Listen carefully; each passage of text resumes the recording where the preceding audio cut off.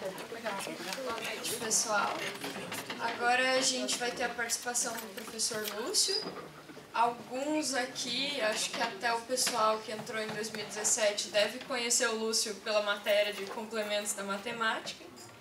O professor Lúcio, ele é graduado e mestre em matemática aplicada aqui pela Unicamp e doutor em engenharia elétrica também pela Unicamp.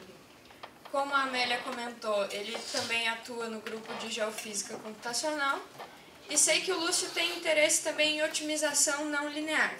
E ele é professor associado aqui do Departamento de Matemática Aplicada do IMEC.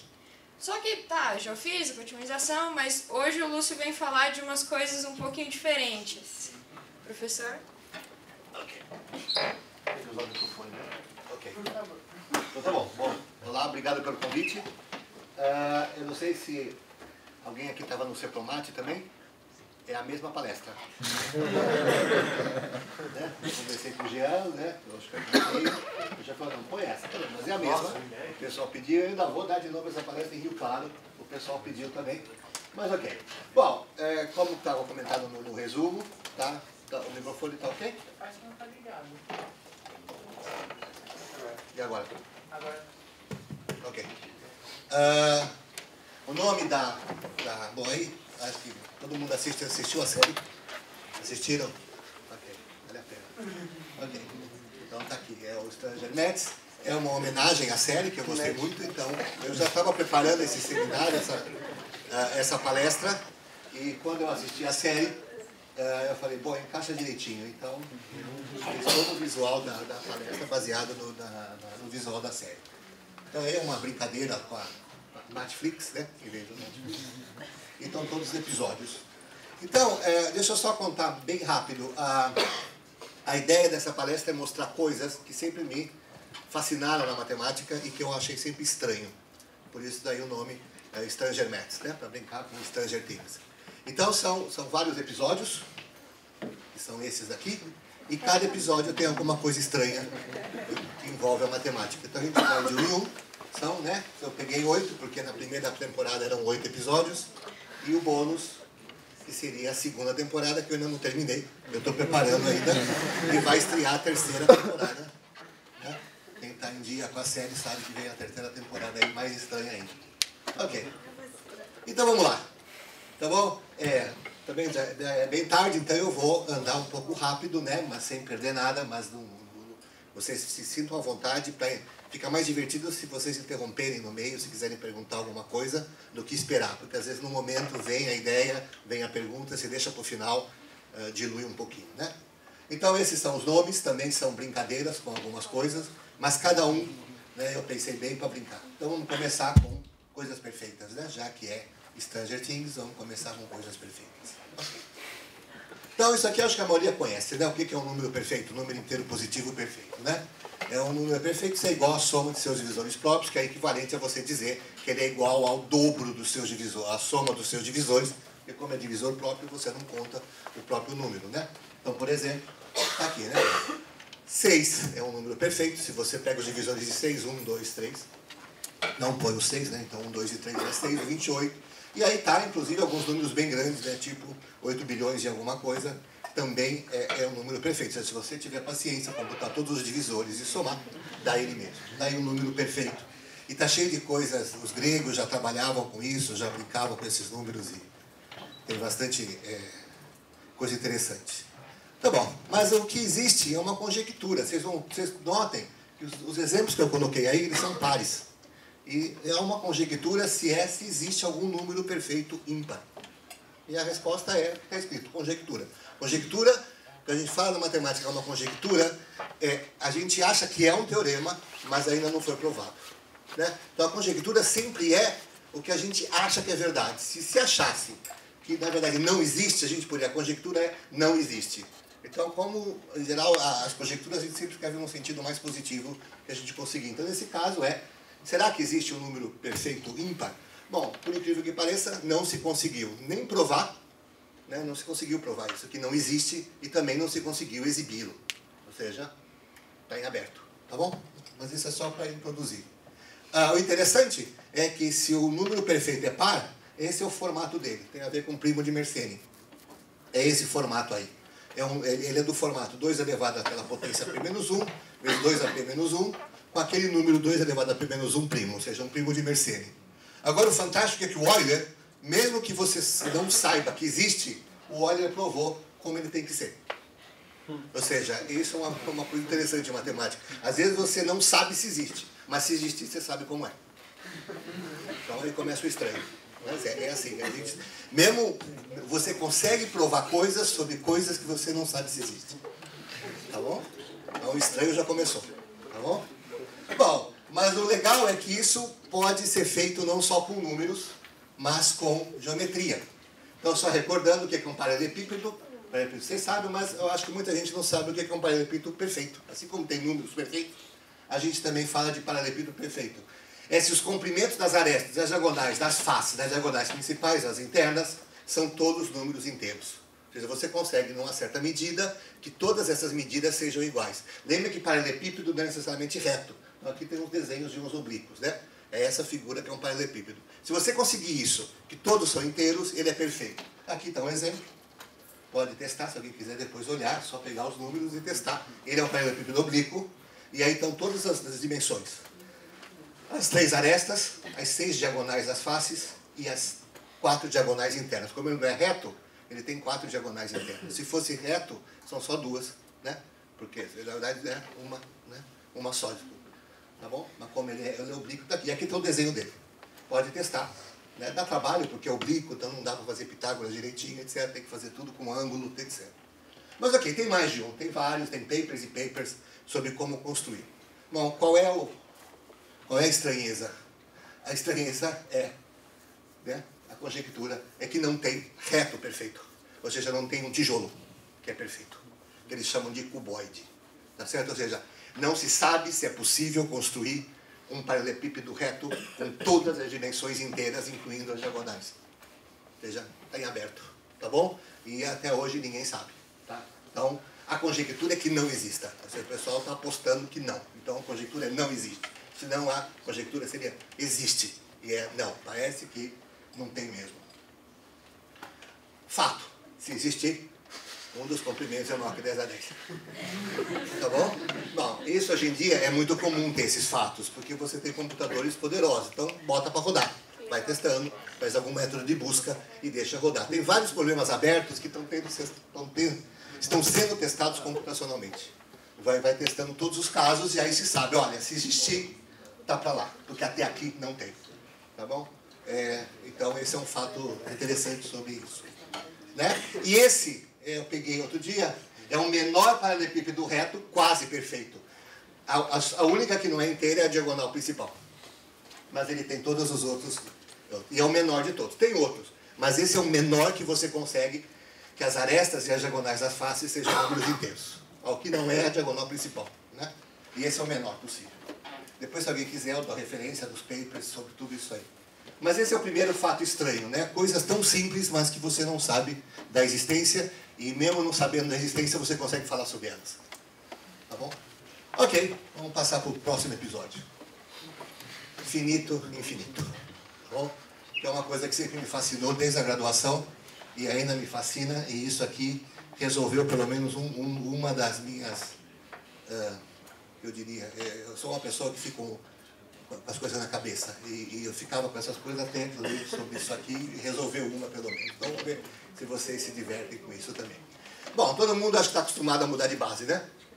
Então existe uma coisa que isso eu aprendi quando eu fiz a palestra, base iterada, eu não conhecia. Então um pouquinho, é igualzinho base, só que você faz uma pequena alteração. Então aqui eu peguei na base 2 e escrevi o 13 na base 2, tá bom? Na verdade eu não escrevi o 13 na base 2. Eu simplesmente escrevi o 13 como soma de potências de 2 vezes números. É isso que é, a gente fala que é decompor o número, né? Bom, vocês aqui, todo mundo é matemática, então não tem problema colocar direto isso aqui, né? 13 é 2 ao cubo, mais 2 ao quadrado, mais 1. Mas aí você faz outra brincadeira. Você troca e escreve tudo com a base. Então aquela potência 3 não vale. Tem que escrever o 3 também na base 2, estão vendo? É isso que chama base iterada. Tá claro? Você, além de escrever a base, as potências, que podem ser qualquer número, também escreve na base. Tá claro a brincadeira? Legal. É facinho, mas não tem mistério. Olha lá. Vamos pegar outra base 3 e o número 100. Veja se tá claro. Escreve o 100 na base 3 e depois troca todos os números, não, escreve na base 3. Por exemplo, o 2 não muda, né? Claro. Porque 2 já é 2 na base 4, na base 3. Mas o 4 você escreve como 1 mais 3. É só isso. Chama base iterada. Ok. E aí eu defino o que a gente chama de dilatação. Uma iteração chamada dilatação. Como é que faz? Começa num número n qualquer, escreve esse número, né, o dk. A iteração fica assim. O próximo, pega o que estava escrito na base e simplesmente troca a base. Não faz nenhuma conta. Simplesmente troca a base k por k mais 1 e vê o que dá. Por isso que é dilatação. Vocês vão ver que é uma coisa muito... dilata muito rápido. Quer ver? Mais fácil é ver com um exemplo. Olha lá. Vou começar com 13. Eu gosto do número 13. Tá bom? Então, 13. Então, D1 é 13. Ele está lá. Está guardadinho. Vou para o D2. Então, eu escrevo 13 na base 2. Estão vendo? Tá aqui. Iterada. Estão vendo? E aí, simplesmente troca todos os 2 por 3. Estão vendo? Só isso. Bom, dá 109. Aí o que você faz? Você pega esse número 109, que está na base 3, e troca para 4. Dá 1281. Pega o 1281, escrito na 4, e troca para 5. Dá 18.100 e etc. Bom, não vou pôr mais. Mas o que vocês acham? Cresce ou não cresce rápido? Muito rápido, tá bom? Daqui a pouco isso aqui já está em zilhões. Tá ok? Perfeito. Agora eu vou mudar um pouquinho. É a sequência de Goldstein, em homenagem ao Goldstein, que foi o cara que descobriu isso aí. Ele faz o seguinte, ele faz tudo igual, só que no final ele subtrai 1. Tá bom? Só isso. Vamos ver se vocês seguem. Ó, 13. Troca 2 por 3, mas subtrai 1. 108, lembra? Dava 109. Agora eu pego o 108, escrevo na 3, troco o 3 por 4 e subtrai 1. 1279. Pego o 1279, escrevo na base 4, troco 4 por 5, desculpa, na base 4, troco 4 por 5 e dá 16.000. Bom, é um pouquinho menos, né? O que vocês acham? Cresce? Cresce rápido? O que vocês acham? Sim. Ok. Tão rápido quanto a outra, um pouquinho mais devagar. Um pouquinho, tirou um só e já, né? Um só. Já estava em 18.000, você tirou um só. Quer dizer, bom, a intuição diria o quê? Que cresce tão rápido quanto a outra, não é? Ok.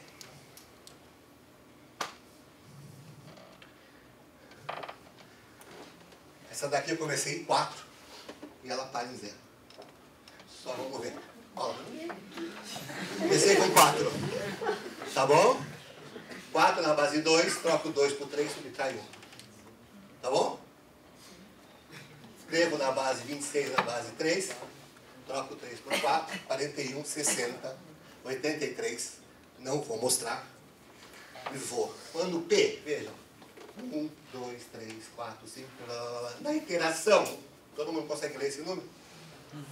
3 vezes 2 a 402 milhões. Não tenho a menor ideia do que é isso aqui. Que é um número monstruosamente grande. O GT dá este número mais 1. Estão vendo? Tá claro? Que seja. Bom, qual é o próximo? É pegar ele e escrever na base, na próxima, que é P mais 1. Então, e tirar 1. É ele mesmo, porque quando você escreve um número numa base que você já é menor, é você mesmo, né? 5 na base 7, 5. 13 na base 1000, 13. 1232 na base 5000, 1232. Se eu estou no P mais 1 e eu estou no P, e agora eu vou trocar para a base P, e ele é P, a base P mais 1, P não muda. Concorda? Tira 1. P menos 1. Tira 1. P menos 2. Quando você chegar no dobro disso, quanto dá? 0. De 0, chegou em 0, tá bom? Então, se você começa no 4, chega em 0. Tá bom? Esse é o único exemplo conhecido, tá bom? Teorema não é conjectura. É teorema. Sempre chega no 0. Tá bom? Mesmo que você vá até 2 elevado a 800 milhões. Uma hora, o quê? Despeito. seu Goldstein foi o cara que trabalhou, percebeu essa propriedade. Bom, ok, vocês acham estranho ou não? Olha, ok, acredito. É isso? Mas não é estranho, é? O que vocês acham? Sejam honestos, vai. É tarde, eu também estou com sono, vamos lá. Hã? Você acha estranho? Tá bom, eu não acho, não é o que eu chamaria desse estranho que eu quero colocar. O estranho para mim é o seguinte, como prova esse negócio? Aí é o estranho. Eu vou colocar. O estranho é que para provar isso, tem que usar os números transfinitos. Ou seja, esse teorema não pode ser provado na aritmética finita, apesar de ser um problema de aritmética finita. Não tem infinito, tem? Não, assim, existe uma sequência GK, que para algum K inteiro, GK é zero. Não tem infinito. É um problema de PA, PG, sequência. Não é? Defina o GK mais 1 igual a tanto, prove que para algum K inteiro, não importa onde você começa, para algum K inteiro, GK é zero. Tá bom, vou provar, você prova. Bom, se o pessoal provou, está aqui nesse quadro, esse teorema é verdadeiro. Mas para provar, você tem que usar aritmética transfinita, ou seja, os infinitos, para quem já conhece. Aleph 0, número de Cantor, Aleph 1, Aleph 3, etc. Bom, o que é mais estranho ainda? Aí depois ficou assim, para provar precisa usar, mas nada impede de aparecer uma prova que não use. Não, apareceu um cara que provou que não existe essa prova. Tá bom?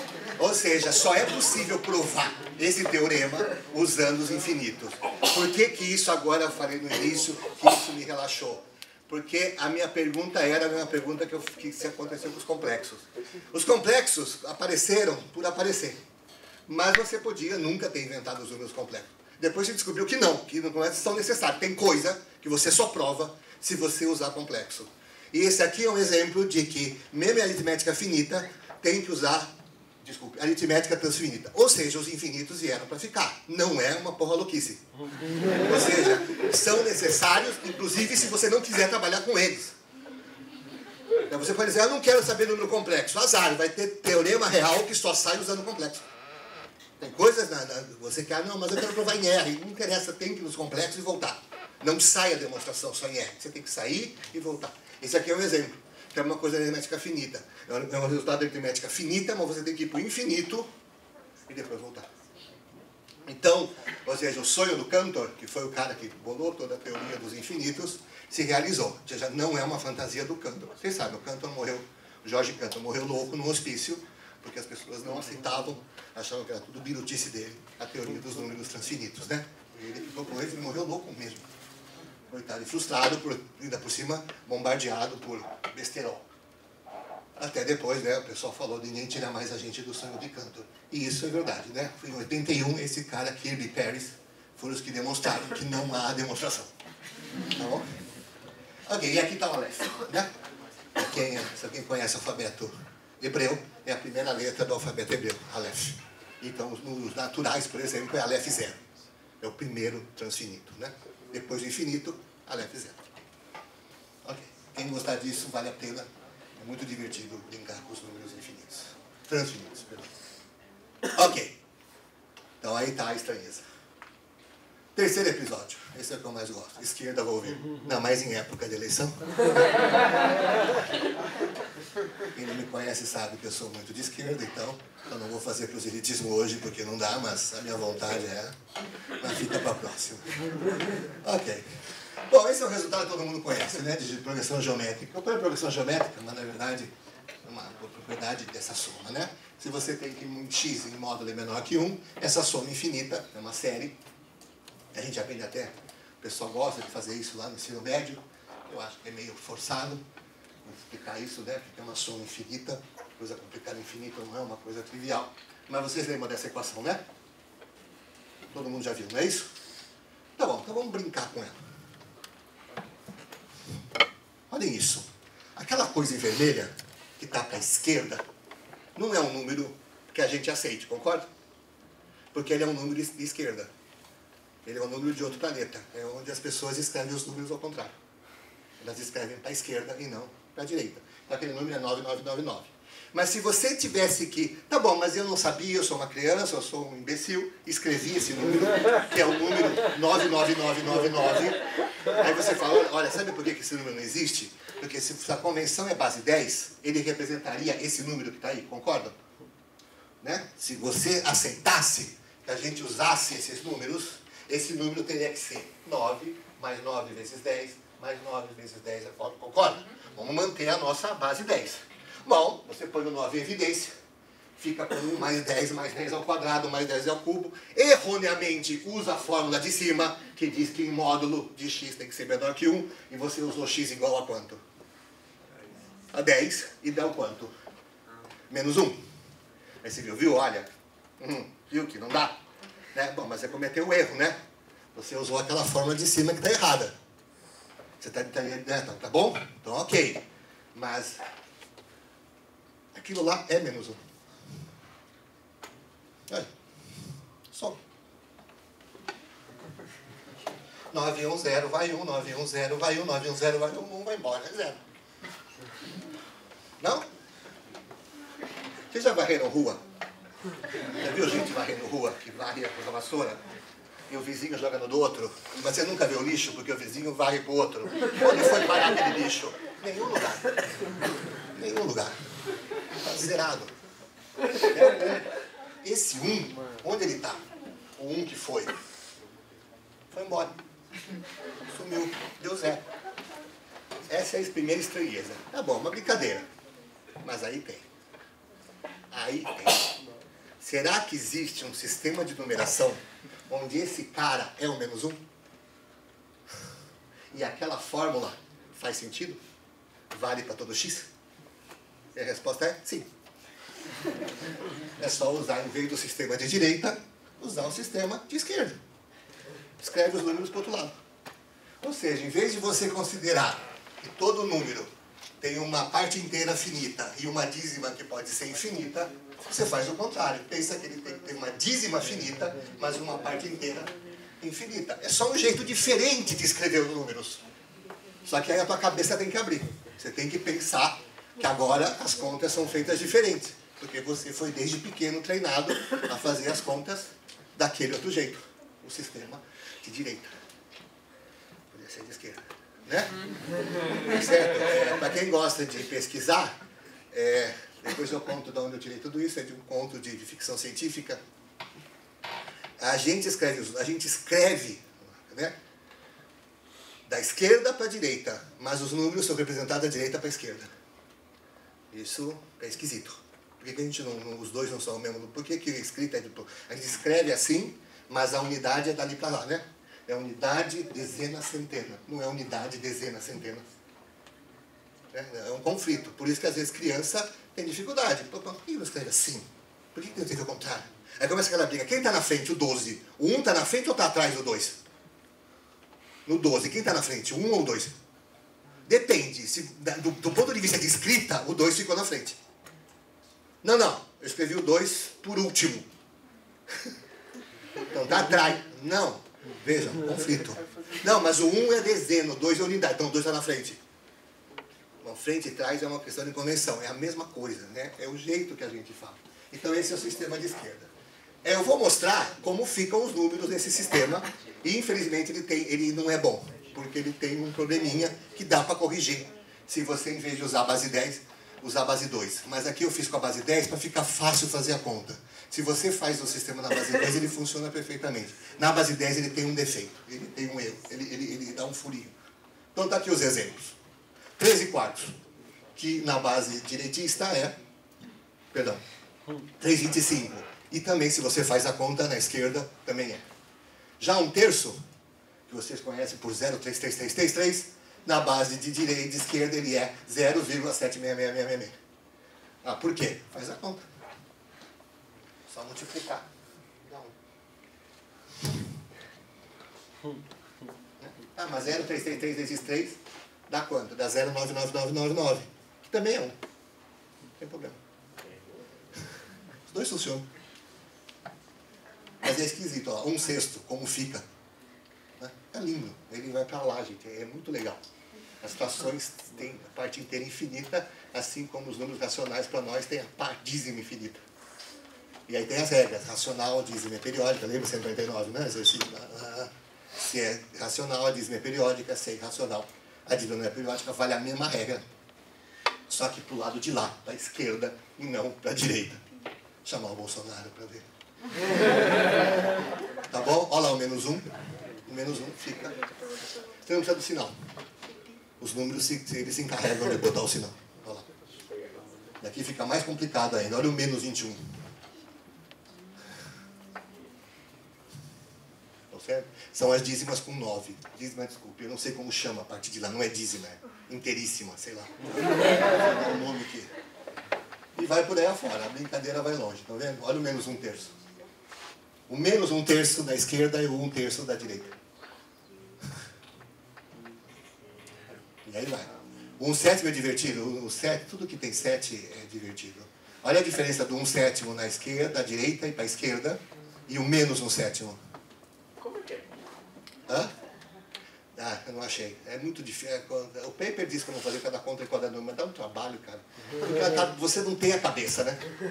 Você erra o tempo inteiro a conta, porque você tá... Vira e mexe, você faz a conta ao contrário.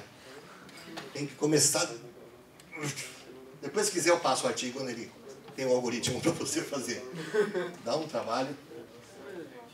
E aqui está o furo, tá bom? Onde ele erra. Alguém, para quem já fez curso de álgebra, corpos, anéis, alguém já fez? Então vai entender.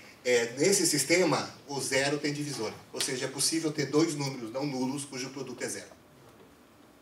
Tá? É um defeito. Coisa que não tem na nossa representação, né? Dois números, produto é zero, um dos dois é o zero. Nesse aqui não, você quer ver? O 5 e o 2. Quanto que é 5 vezes 2? 10.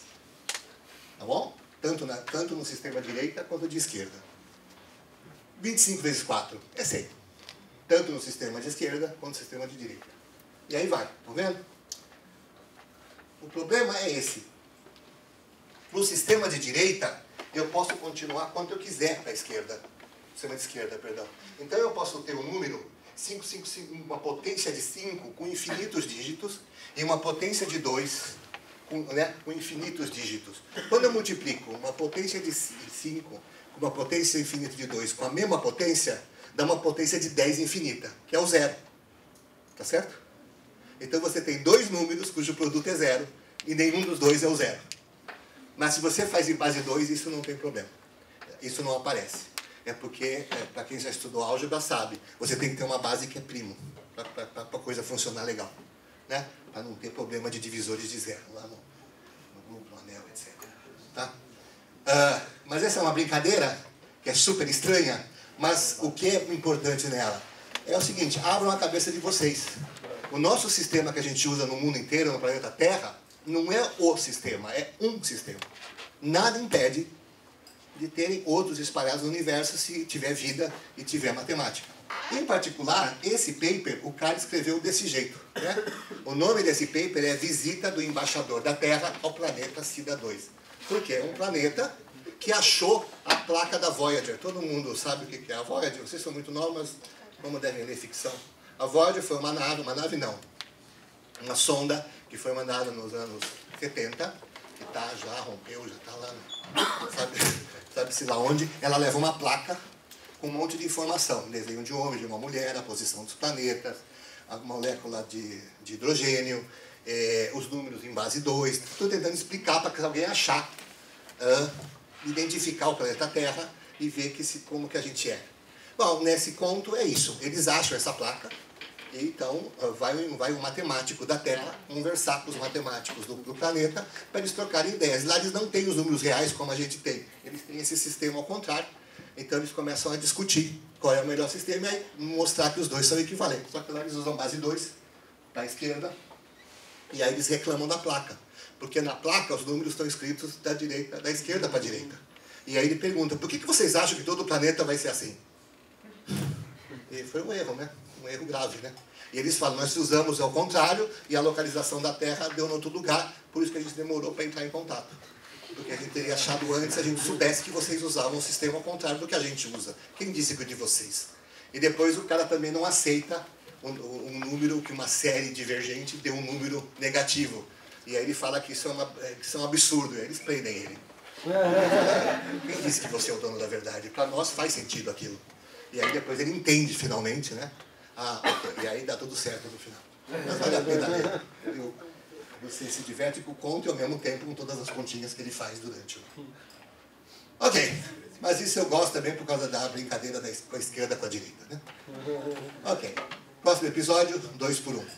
Isso aqui acho que muita gente conhece o resultado, mas ainda é uma coisa complicada. É o famoso paradoxo de Banach-Tarski. Vejam o ano que isso foi colocado. Apesar dele ser chamado de paradoxo, ele é um teorema. É que é tão estranho que ninguém se conforma, então chama de paradoxo. Que é o que está escrito aí. Você pega uma esfera, né? Divide no número finito, monta de novo e tem duas iguaizinhas. Isso é verdade. Está provado. Então ninguém se conforma que isso é verdade, então em vez de chamar de teorema de Banach-Tarski, se chama de paradoxo de Banach-Tarski. Isso foi provado em 1924. Claro, tem certas hipóteses, etc., mas não vou entrar em detalhes daqui.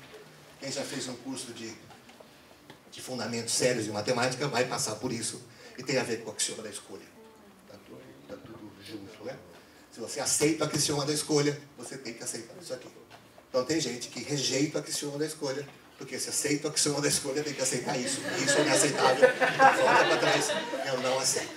Alguém já fez curso de fundamento de outros conjuntos? Quando vocês forem estudar, alguém for fazer, e o professor falar o axioma da escolha, pare e fala, me explica o que é esse negócio de paradoxo de Banach-Tarski, o que tem a ver com o teorema da escolha. Mas é isso. Então, a princípio, você olha e fala, não, esse eu não aceito, não é só estranho, não pode ser. Senão o problema da fome estava resolvida. Né? Pega a laranja, começa a dividir, vai dobrando, tem PG, maravilha, né? Então vamos tentar entender, aí que tá. Como isso aparece muito na internet, o pessoal fica revoltado. Essa matemática é isso mesmo, né? Acaba sendo um desserviço, porque parece que a gente fica fazendo coisa maluca, né? Mas vamos tentar explicar o que ele quer dizer com isto. Na verdade, é isto. Mais rigorosamente é que uma esfera é equivalente por decomposição finita a 2 cópias de si mesmo. Essa é a frase correta do ponto de vista matemático. Não é que você pega uma, divide no infinito e aparecem 2. É que uma coisa, uma esfera em particular, né, a esfera, ela é equivalente por decomposição, que está em vermelho, a 2 cópias. Ok, então agora eu quebro essa frase. O que você quer dizer por equivalente por decomposição finita? Então eu vou pôr, mas resumidamente é o seguinte, é se você pode mexer uma vira a outra só andando, ou seja, só rotando e deslocando. Então vamos ver isso direito. É isso aqui. Dividir um objeto em um número finito de partes disjuntas, isso aqui chama equivalente por decomposição finita. Você pega o objeto, divide no número finito, e elas podem ser organizadas no novo objeto. Que aí fácil, né? Pega o objeto, corta, e depois reagrupa. Perfeito. Reorganizar significa que os 2 objetos são congruentes. Isto é, aplicando apenas translação e rotação, um coincide com o outro. Está claro? Veja, um está aqui, o outro está aqui. Se você consegue pegar esse, só fazer isso aqui e colocar e que fica igual, é ele. É equivalente. Tá bom? Não pode deformar, não pode fazer nada. Só pode coisa rígida, translação e rotação. Está claro? Essa é a ideia. Continua estranho. Né? Uma laranja, só mexo na laranja assim. Vamos fazer isso. É aquele 1 que vai para o infinito de novo. É um golpe. Olha lá. Olha esse conjunto A. Esse conjunto A são os naturais múltiplos de 3. Estão vendo? 3, 6, 9, 12, 15, 18. O B é os naturais menos o A. 1, 2, 4, 5, 7, 8, 10. Tá bom? E os naturais. E o A'. Tá bom? O A', quem é? Quem reconhece? É o A, mas eu tirei o 3. Estão vendo? Só isso. Tá bom? Tá bom? Tá. E daí? Daí que A é congruente à linha? O que vocês acham? É, né? Por quê?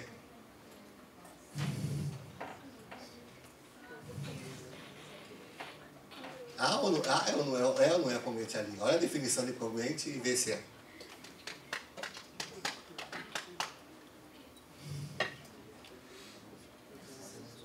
Desloquei o 3. 3 fica no 6, o 6 fica no 9, o 9 fica no 12. É o mesmo conjunto. Só desloquei. O B é congruente a B? É o mesmo. Não fiz nada. Então, a união de A com B, você prova que a união é, se os dois são, a união é. Eu provo que a união B é congruente ao N', que é a linha união B. Veja, o N não é o N', mas eles são o mesmo. Eles são o A, o N e o... Ou seja, conjuntos naturais. E os naturais sem o 3. É mera, os dois são a mesma coisa.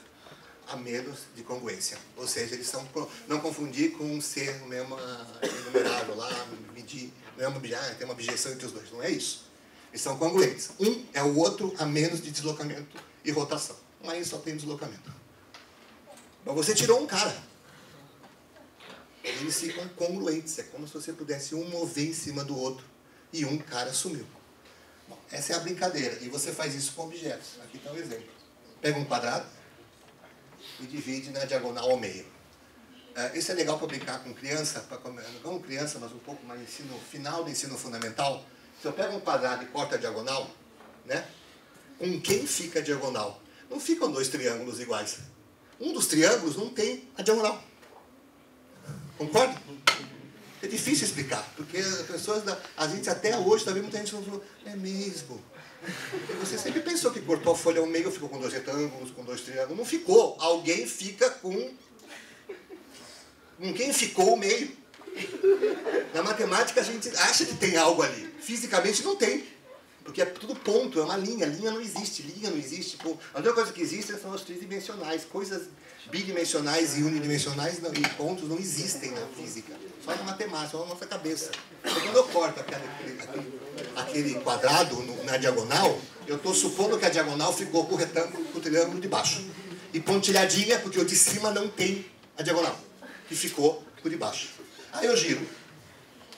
E faço assim. Tá bom? Agora vejam que aqui duplicou, estão vendo? A B e a linha D, que estavam aqui, está duplicado. Então eu pego esse pedaço e jogo para cá, só que esse pedaço é menor. Não vai dar para cobrir. Fica assim. Estão vendo? Então quase que eu consegui transformar o quadrado, só por rotação e translação, naquele triângulo, não é? Quase. Por quê? Está faltando o quê? Eu vou achar esse pedaço. Vou mostrar que dá. Então, o truque é o seguinte. Eu pego um quadrado agora, para não poluir. Eu pego um quadrado, não vou fazer todas as contas. E dá para provar que se eu arrancar aquele pedacinho, eu escolho aqui, depois eu dou a referência, você prova que esse cara, sem esse pedacinho, é congruente aí. Que nem aquele conjunto A e a linha são congruentes. Ah, se aquele ali sem o pedacinho é congruente, eu pego aquele pedacinho e enfio ali. Pronto. E aí aquele é congruente a esse. Enfim. Esse é o truque. Matematicamente é possível. Fisicamente não. Porque você está mexendo. Quando eu falei que eu corto lá a esfera em pedaços, os pedaços, apesar de ser um número finito, esses pedaços podem ter medida nula. Então, eles não são matéria. Eles são esquisitos. Por isso que é estranho. Oi? Aquele cara que cortava o chocolate e tinha menos chocolate estava certo? Não, aquele lá é truque mesmo. Aquele lá você não consegue enxergar o pedacinho que falta. Mas parece, né? Parece, é verdade. Vocês já viram na internet, né? Você corta e sobe. Depois você que fica um buraco, que é o quadradinho que está faltando. Ok. Mas é isso, né? É muito estranho. É um dos temas mais estranhos da matemática, é o paradoxo de Banach-Tarski. E aí está uma ideia. Esse paper também é um paper escrito didaticamente. O paper é ele com uma faca cortando uma brincadeira. Ele corta a laranja vira duas. Né? Mas é um paper bem didático, onde eu peguei de lá esse exemplo. E aí eu falei, agora eu comecei a entender. Porque é matematicamente possível, mas não é fisicamente possível. A gente na matemática usa coisas que não envolvem matéria, nem átomo, nada. Ou seja, é ponto, reta, plano. Na física não, você tem que se manter no mundo, né? Aí, coisa pega. Ok. Próximo episódio, ora bolas. Então vamos lá. Para quem já viu um pouquinho de cálculo 2 fica fácil. Em R, o que é uma bola? É simplesmente um segmento. Né? É o conjunto x ao quadrado menor ou igual a r ao quadrado, que é o segmento, né, entre menos r e r, supondo que r é positivo. Isso é a bola em R. Quem faz curso de topologia, ou curso de passos métricos, análise, sabe? É análogo. A gente chama de bola, a bola precisa ser descendente, a bola em R2 ou em R3, mesmo em R, né? E o que a gente chama de volume é a maior coisa que você tem. Então, em R, a maior coisa que você tem é o comprimento. Então, eu chamo isso de volume. Porque a gente tem comprimento, área e volume. Mas depois não tem nome para os outros. Em R4 a gente fala hipervolume. Em R5, aí tem, em R5 você tem comprimento, ponto, comprimento, área, volume, hipervolume 1, hipervolume 2. E aí vai, porque não se criaram nomes, né, especiais. Mas então eu vou chamar de volume a maior coisa que eu tenho naquela dimensão. Então em R, a maior coisa que eu tenho é o comprimento. Então o volume da bola de raio R é quanto? 2R. Porque é o comprimento do segmento x² menor ou igual a R2, que é o segmento menos RR. Perfeito. E daí? R2, equação do círculo, tá aí. Todo mundo lembra, x² mais x² menor ou igual a R2, não importa o centro. Bom, o volume agora é a área. Tá certo? Então a área da bola de raio R é πr². Apareceu finalmente o π. Tá aí, π, ok. Tá bom? Bom, vamos para 3 dimensões.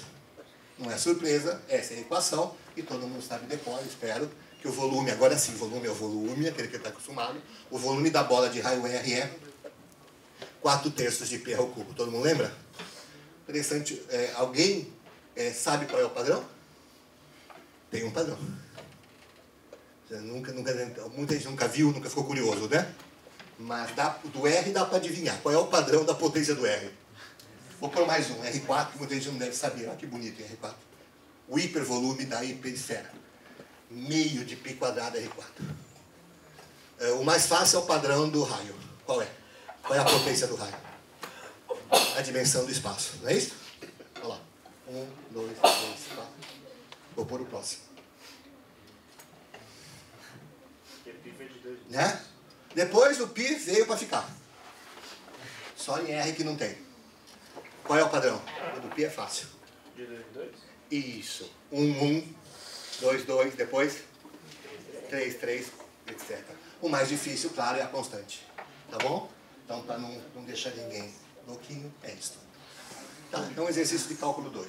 Uma integral múltipla. Um deles é computar a integral múltipla. Qual é o volume da bola? Qual é o hipervolume da bola em Rn? É esse bicho. Estão vendo? É, delícia. Tá vendo? É um número. Isso aqui é a função gama, não se preocupem, que é o fatorial nos reais, mas é sempre um número π elevado ao maior inteiro n sobre 2, né? A função chama de n sobre 2, por isso que ele vai de 2 em 2. Quando n é ímpar, volta, sobe. Quando n é par, fica no mesmo. Vezes r elevado a n. É isso, é um número que depende aí da função gama, aí gama de 1 mais n sobre 2, etc. Por isso que aí aparece um π também embaixo, que corta o de cima e etc.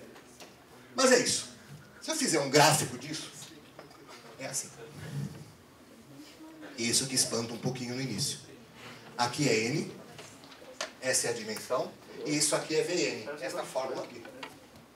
Tá bom? Em função de, eu fixei R igual a 1, de maneira que isso aqui não varia. Então eu só estou olhando estes números. Esta coisa aqui, em função de n. Vejam, em R5 atinge um máximo, e depois despenca para zero. Não zero de novo, despenca. Tá bom?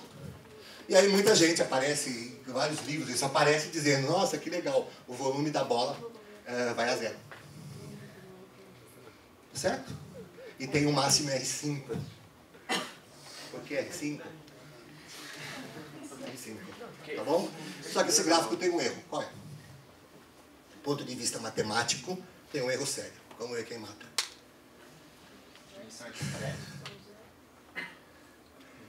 Quando eu ploto ele, qual é a unidade do Vn? Em R, por exemplo, suponha que a sua unidade de medida é centímetros. Em R é o quê? Centímetros. Em R2, centímetro ao quadrado. Em R3, como é que você botou no mesmo eixo? Ah, R igual a 1 sem unidade. Matemática a gente gosta. Forçou um pouquinho. Porque é o quê? Quando você está no ensino médio, não tem bola de raio R. É bola de raio R, 1 centímetro, 1 metro, 1 unidade de distância, 1 unidade de comprimento. As coisas têm que ter medida. A gente que é matemático fala 1, mas está embutida a medida. Mas não pode dizer que não pode fazer esse gráfico. Então, qual é o gráfico correto? Eu vou mostrar agora. É o seguinte, eu vou pegar a bola, seja em que dimensão for, e vou pegar o cubo circunscrito, tá bom? Imagina, sem desenhar. Ok? Por exemplo, em R, que é um segmento, qual é o cubo circunscrito no segmento? É o próprio segmento. O cubo circunscrito no círculo é o quadrado circunscrito, tá bom? O cubo circunscrito na esfera é o cubo circunscrito na esfera. O hipercubo circunscrito na hiperesfera. É aquele cubinho, o menor cubinho que contém a esfera, tá bom? E vou dividir o volume da esfera pelo volume do cubo. Aí isso dá um número puro, não tem unidade. Esse número eu posso plotar, todos têm a mesma unidade. Eu quero saber qual é a relação entre o volume da esfera em Rn com o volume do mesmo cubo que cobre L em Rn. Tá certo? Bom, aí sim, aí aparece o padrão. É este. Este é o cubo, então vamos lá. Vocês fizeram isso de cabeça, olha lá. O cubo de lado 2R. Por que 2R? Ah, porque a gente gosta de falar na esfera do raio. Então o cubo que contém tem que lado? O dobro do diâmetro, que é 2R. Então tá aí, as equações, em vez de ter quadrado, gente, é módulo. É só trocar todas aquelas equações onde está quadrado, põe módulo. Aqui, ó. E dá isso aqui. O volume é fácil, é só a potência N de 2R, porque volume é isso, é o produto, né? E é o gráfico agora sim, ele não tem aquele máximo, que não tem, mas ele vai a zero. Agora é o estranho. Agora é o resultado estranho. Conforme a dimensão aumenta, a relação entre o volume da bola e o volume do cubo circunscrito vai a zero. Só que o volume do cubo, se o raio for 1, para quanto vai o volume do cubo? Infinito. E o volume da esfera? Zero. Ou seja, o cubo vai ficando cada vez maior e a esfera vai mesmo assim a zero. Tá bom? Ou seja, não sei imaginar isso. Nós temos o cubo, a esfera tangencia o cubo e o volume dela vai a zero. Ou seja, o que a gente diz é que quando o N cresce, a bola, a esfera, a hiperesfera no Rn, ela perde dimensão, ela fica parecida com a dimensão anterior. Por isso que o volume vai a zero. É como se em R3 eu fosse bem achatado. O volume, ou seja, eu sou uma esfera, mas estou muito achatado. Eu acho que eu sou um objeto planar. Então, quando o N cresce, é isso que está acontecendo. A esfera acha que ela está na dimensão anterior. Por isso que o volume dela é como se ela achatasse. Né? Mas, na verdade, não é uma coisa. Isso é muito importante no ponto de vista numérico. Às vezes você gera números aleatórios e a gente faz assim. Ah, eu quero gerar números aleatórios em Rn, sei lá. Um vetor em Rn com um monte de número aleatório. Ah, eu pego essa Y uniforme. Ah, mas eu preciso que um vetor em Rn com a norma menor que 1. Bom, isso é uma bola. Aí você acha que você está gerando aleatoriamente. Só que o volume da bola está indo a zero. Então você está gerando números, quase todos, não está gerando no cubo. Você está gerando dentro da bola, você acha que está fazendo uma festa e não está. Você não está gerando muito bem, não. Melhor é mudar o seu jeito de gerar. Por causa desse fato, né? Que é como se a bola fosse ficando exprimida dentro do cubo. Isso é muito esquisito. Porque a gente só vê até R3. Isso vai acontecer em uma dimensão muito maior. Isso tem uma implicação mais divertida, que é o próximo episódio, que é a grande escapada. Que tem a ver com a bola. É uma bola que devia ser pequena e ela escapa. Querem ver o que vai acontecer? Olha esse desenho. Ele fala por si só. Estou em R2, no plano. Peguei 4 bolas de raio 1. Estão vendo? Tangenciei 2 a 2. E desenhei no meio uma bolinha em azul que tangencia as 4 bolas. Então, essas 4 bolas têm raio 1 e tem essa bolinha de raio R. Quanto que é R? Quem faz a conta? Ai, deu muito chato. Hã? Fica gelém. Bom, é fácil, ó. O raio não é 1? Emenda esse com esse. Que tamanho tem isso aqui? E isso aqui?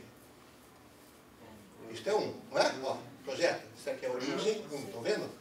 1 e 1. Então, isso aqui é um triângulo retângulo, 1 e 1, quanto que é isto? Raiz de 2. Mas isso aqui é quanto? 1. Então, quanto que é R? Se perdeu. Isso, raiz de 2 menos 1. Uma conta você faz. Esse GA, põe as coordenadas e sai fácil. Tá bom? Interessante é isso. O raio é raiz de 2 menos 1. E vejam se é verdade isso aí. Concordam? Que todos os círculos estão dentro de um quadrado lá no 4? Sim ou não? Sim. R3. E agora? 8 bolas de raio 1 e uma bolinha no meio de raio. Quem chuta? A distância da origem ao ponto 1, 1, 1. Quanto que é? Distância da origem ao ponto 1, 1, 1. Que é o centro de uma das bolas. Raiz de 3. Subtrai 1, que é o raio da bola. É o raio da bolinha.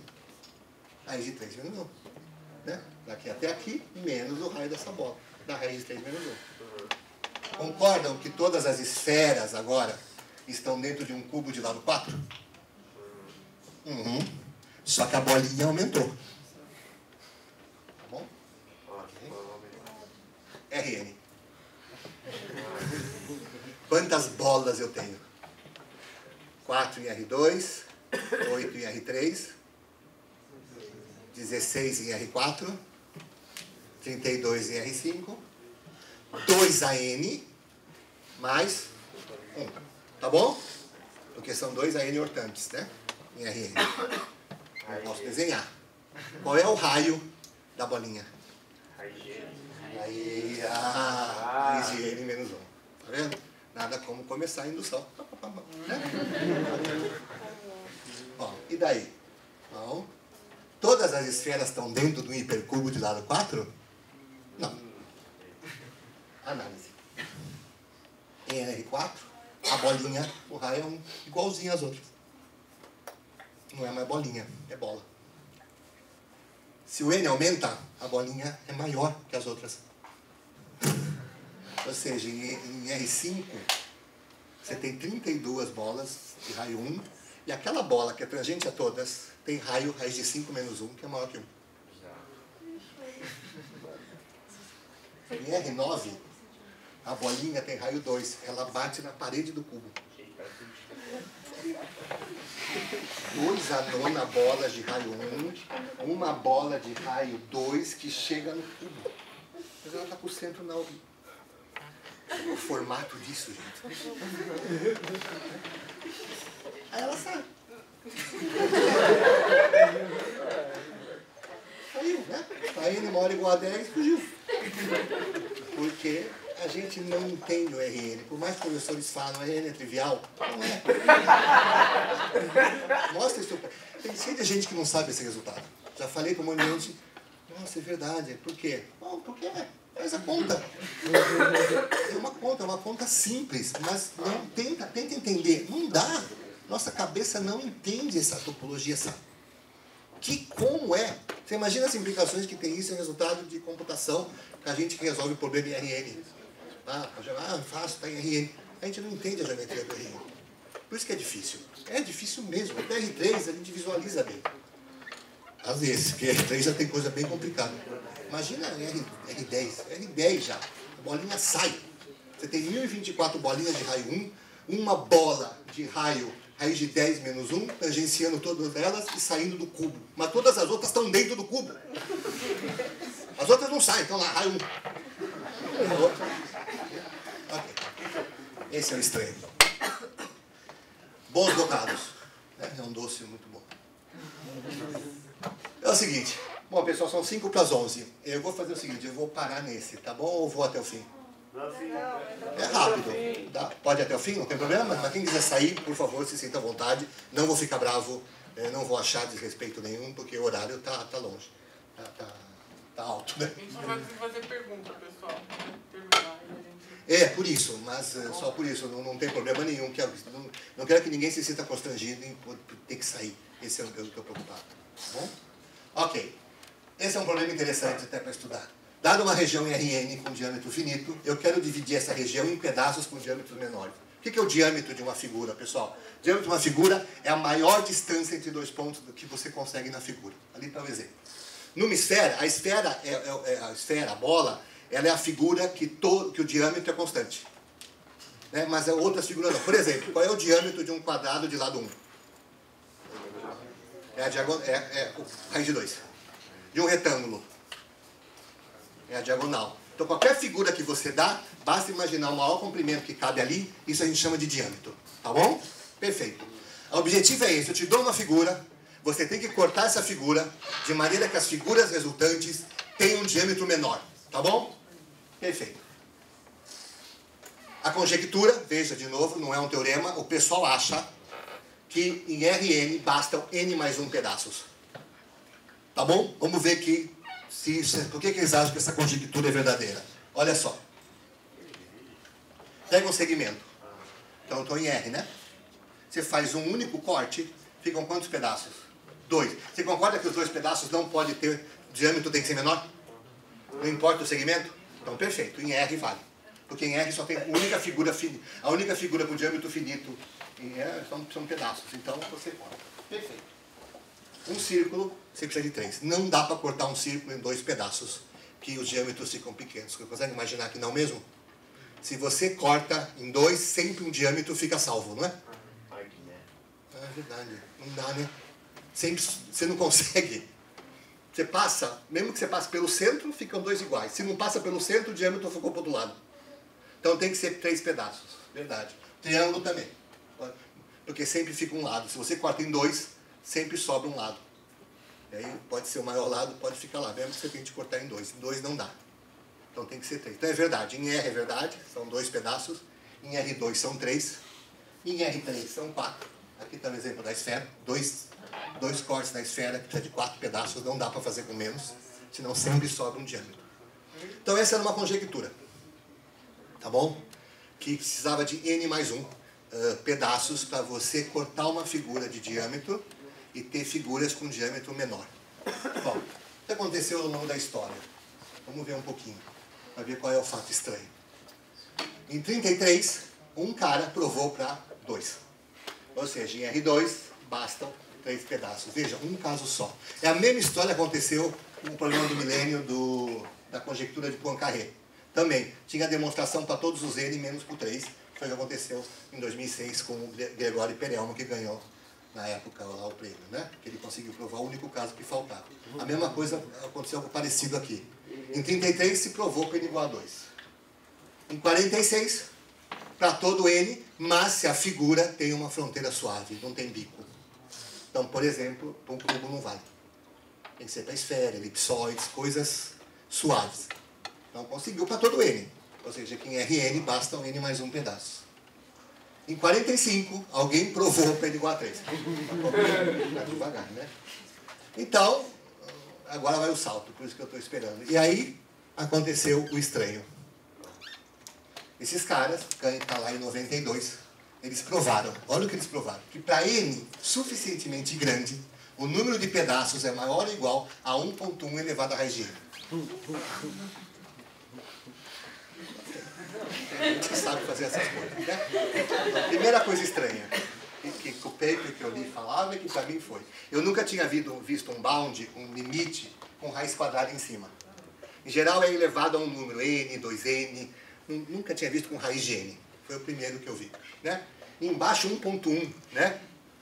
É um número que cresce devagar, né? Como assim, por que não é 12, 13, não? É 1.1, é para, né? Bom, agora, então essa é a primeira coisa estranha. Um balde com raiz na potência. É muito difícil aparecer, pessoal. Em geral aparece o número. Agora, o que é legal? Legal é isso aqui.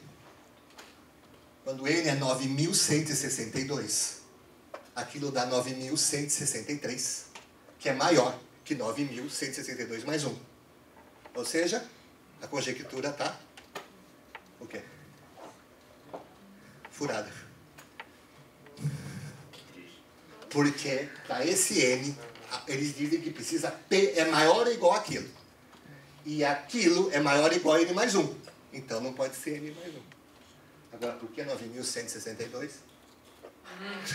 Entendeu? Que é o primeiro número que fura.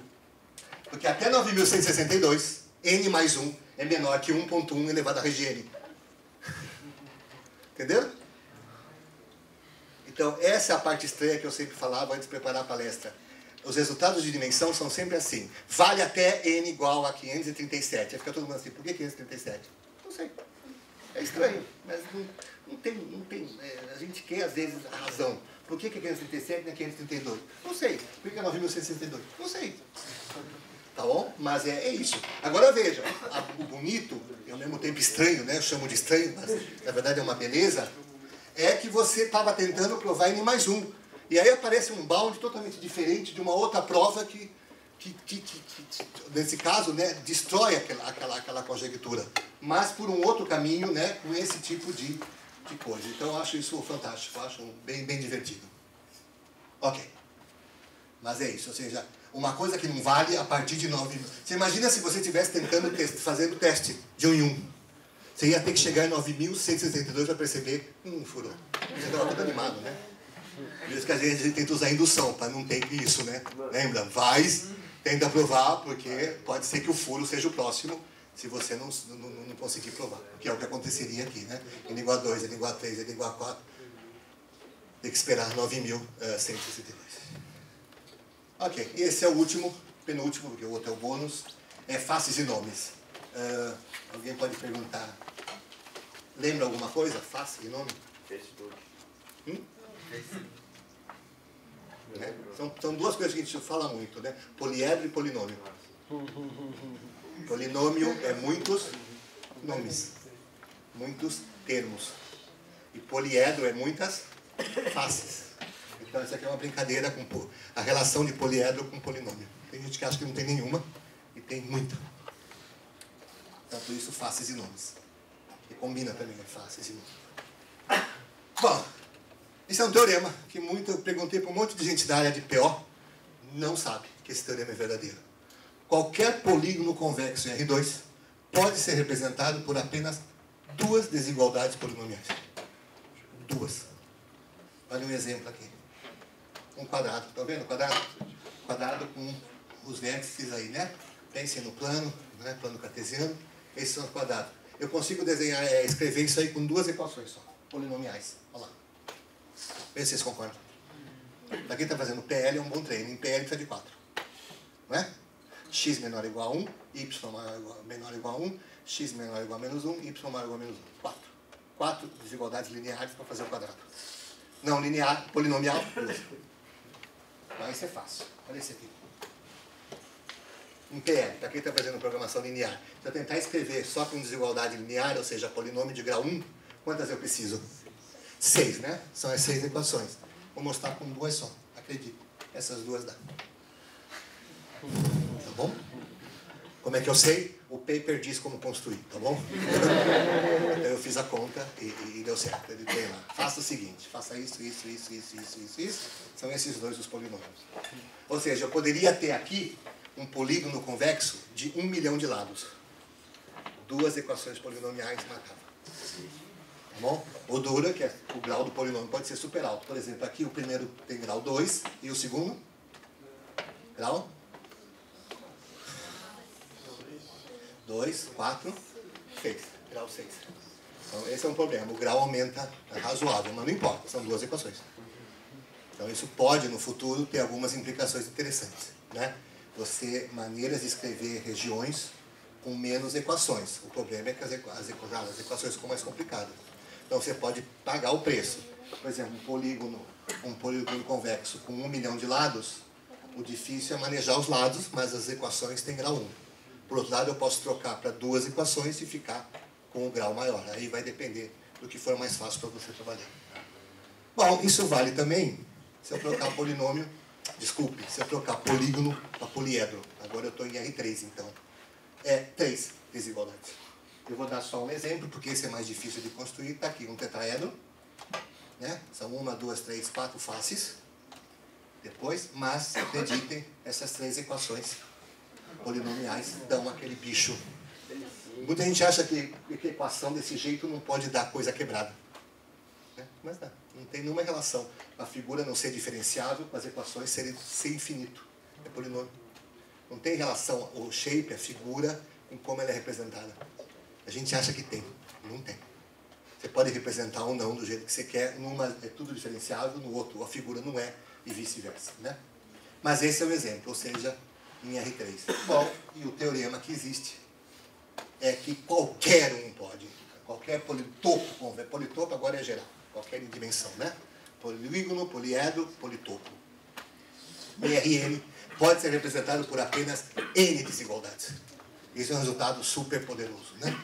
É muito estranho, porque para mim, quando eu vi isso, não pode ser verdade. E é pior, vai ficando pior. Agora, poliedro, ou seja, ele pode ser não fechado, ele pode ser, não precisa ser limitado agora. Poliedro, ele chama poliedro em RN, eles fizeram o contrário, é o contrário do que a gente pensou. Poliedro pode ser infinito, pode ter um lado aberto, não é limitado, aí basta o dobro apenas. Né? E agora o resultado pior de todos, que é este. Você tem que ler com calma, uma figura formada por K desigualdades polinomiais em Rn. Ou seja, uma região, para quem está fazendo, por exemplo, programação linear, tem K equações polinomiais definindo uma certa região. Eu posso trocar todos esses K polinômios por apenas N mais 1 sobre 2 polinômios, onde N é a dimensão, que dá certo.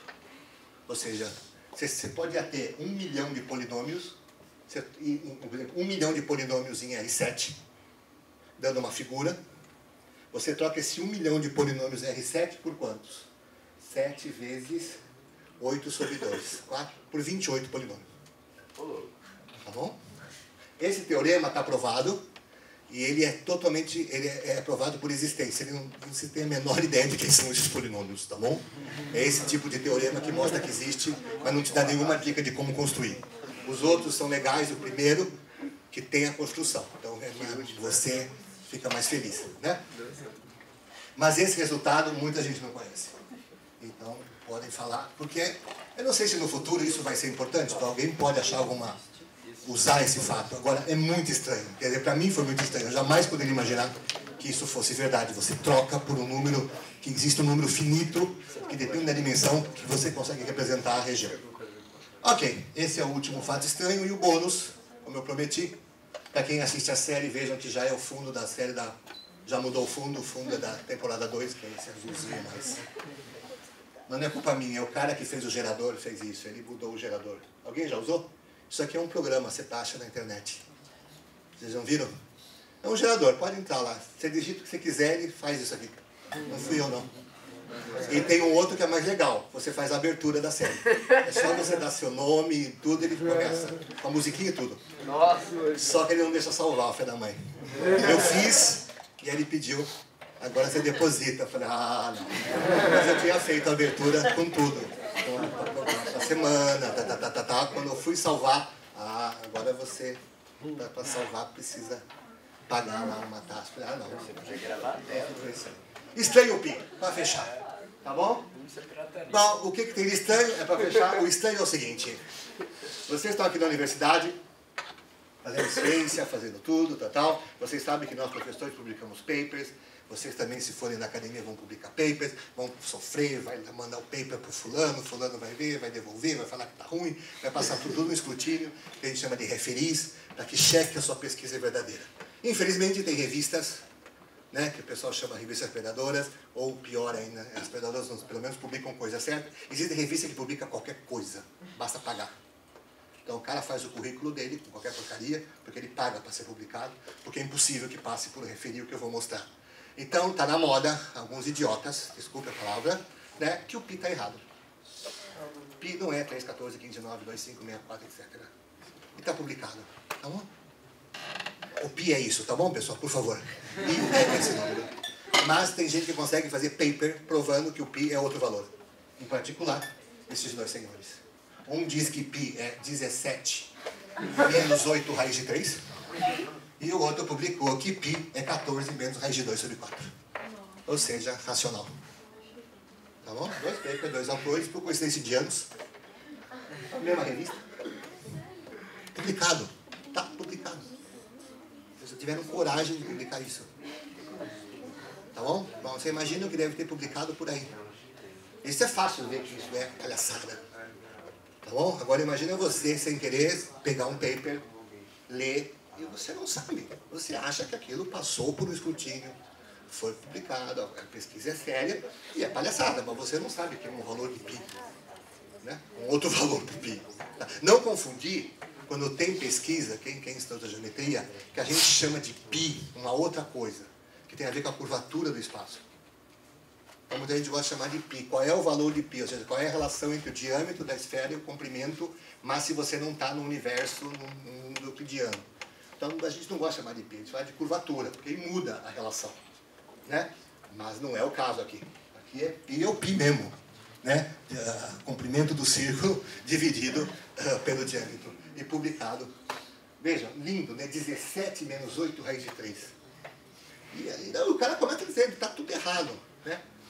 Então, né, desliga o celular, desliga, via todos os aviões está caindo, todos os celulares desligados, a internet não funcionando, porque em sinais, π é fundamental na teoria de sinais, quando você transmite sinal. Se o π tiver com uma casa errada, já o seu sinal não vai. Imagina se não for o valor, né, toda a teoria do Fourier está errada. Né? É impressionante. Né? Olha o nome desse paper. Uma fórmula alternativa em termos de π para encontrar a área de um triângulo e um teste para decidir o verdadeiro valor de π.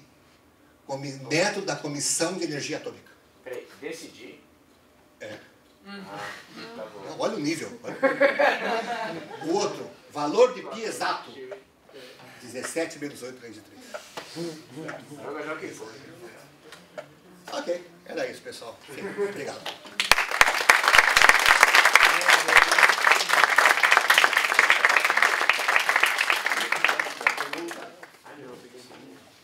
Esse também, você baixa o gerador. Você escreve, é animado, eu não consegui. Você anima e ele vai piscando as luzes com a frase que você quiser. Que é o que é da primeira, esse é da primeira temporada. Na segunda, foi mais, quem assistiu? A segunda ficou mais complicado, né? Vamos ver a terceira. Professor, Oi? pessoal, já quem quiser ir embora, a gente queria fazer sorteios. O senhor pode escolher dois números entre 1 e 35? Entre 1 e 35, número inteiro. Passa do Sem 17. 17. Não, acho que 17 já. Já Não, foi? hoje é outro número. Não tem problema, escolhe outro, não tem problema. Eu não sei quem é quem, então vai ser aleatório do meu. 17. Itamar Vieira Oliveira. Aí? Parabéns.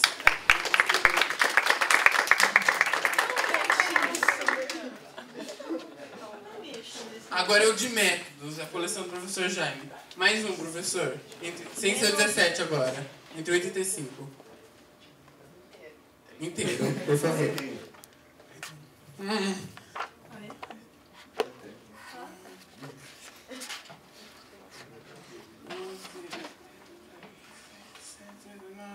Então você pode ir no final pro começo. É o que eu tô fazendo. 5. Então, André Luiz dos Santos. Tá aí? Ah, ele foi embora. Ele já ganhou. Ah, você ganhou? Então, outro número. Mesma coleção? Ai, obrigado. 1, 2, 3. Alessandra Maria de Castro. Ai. Outro. 37. Não, até 35. Mas eu falei 40. É.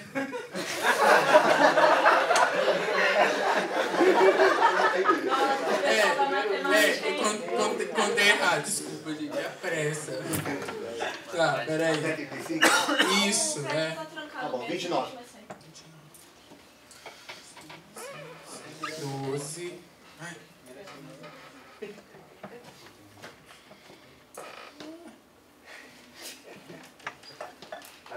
Pronto. Marina Rocha. E...